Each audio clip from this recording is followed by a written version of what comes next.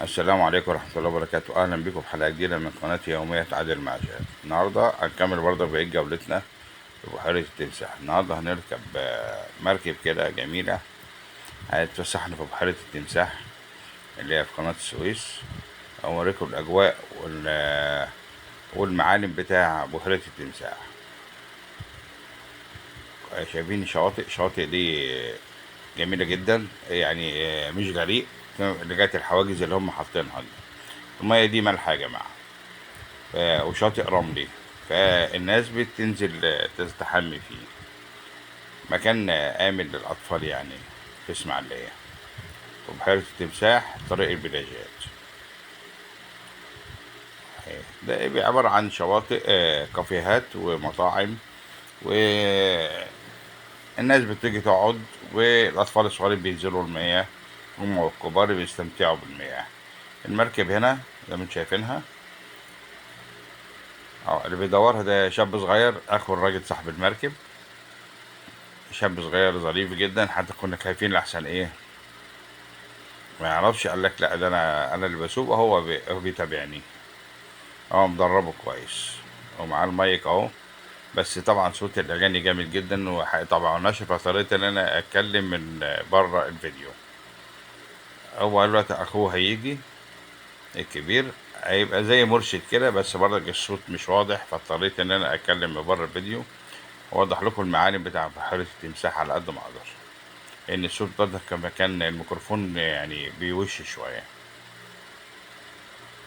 فانا بكلمه، بقول له انت اللي هتسوق؟ قال لي اه. قلت له يا ابني بتعرف؟ قال لي اه والله، ما اخويا جاي معايا. قلت له ايوه بحسبك انت. هو دور الموتور، دور الموتور، وقال لي ما تقلقش، هو كده طلعنا. هو اللي بيسوق، لكن اخوه دلوقتي هو اللي هيشرح لنا الايه، ال- المعالم بتاع البحيره. اهو بيظبط بس الميكروفون والبتاع.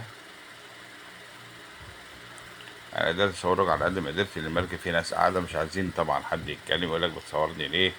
في ناس كده غريبه يعني، مع ان انا بصور الايه، المعالم بتاع البحيره.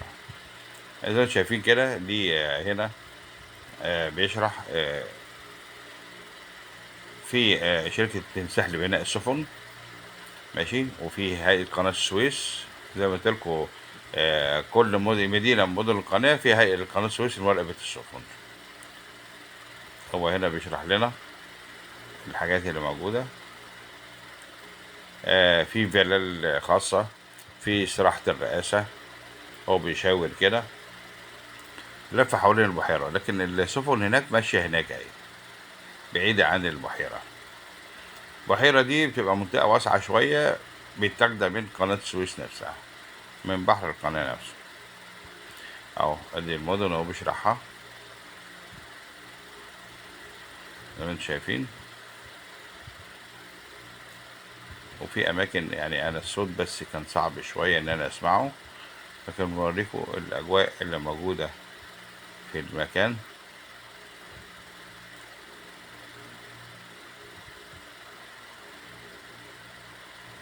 زي ما انتم شايفين كده، ده بيورينا منطقة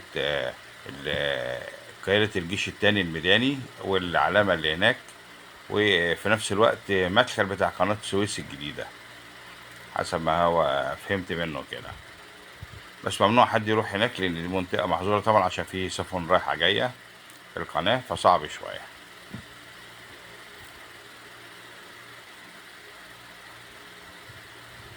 أهي، وفي منطقة فيها أشجار زي أهي اللي هناك خالص دي، أهي زي منتجع يعني.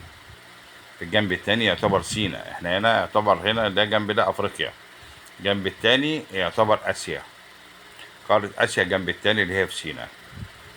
دي المنطقة دي قامت فيها حروب كتيرة قوي، بحيرة تمساح زي ما نعرف من زمان، في حرب 67 و73. وكانت قناة السويس دي يعني كانت مردومة يعتبر، من كتر الذخائر والبتاع، واتنضفت الحمد لله، ورجعت لنا تاني قناة السويس. بيورينا المدن الناحية التانية، والأماكن اللي يعتبر بتساعد السفن اللي هي ماشية في المينا أهي. بيورينا على مرمى البصر كده أهو. البواخر بتبقى ماشية هناك، يعني نقول كل ربع ساعة تقريبا في مركب، كل ربع ساعة تقريبا. اه دي هات الإرشاد بتاع قناة السويس زي ما انتم شايفين، وسعت لكم الكاميرا شوية اهي اللي هناك دي. ودي شركة تمساح لبناء السفن. دي مناطق برضك يعني جميلة جدا زي شواطئ خاصة كده على البحيرة.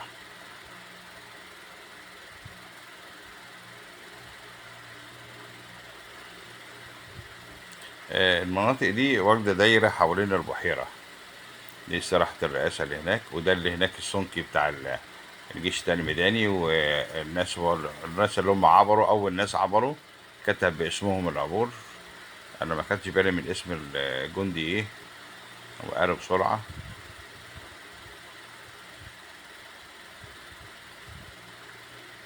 معلش المركب بتتهز جامد. إن شاء الله نبين لكم أجواء الرحلة في وقت تاني أحسن من كده. والسلام عليكم ورحمة الله وبركاته.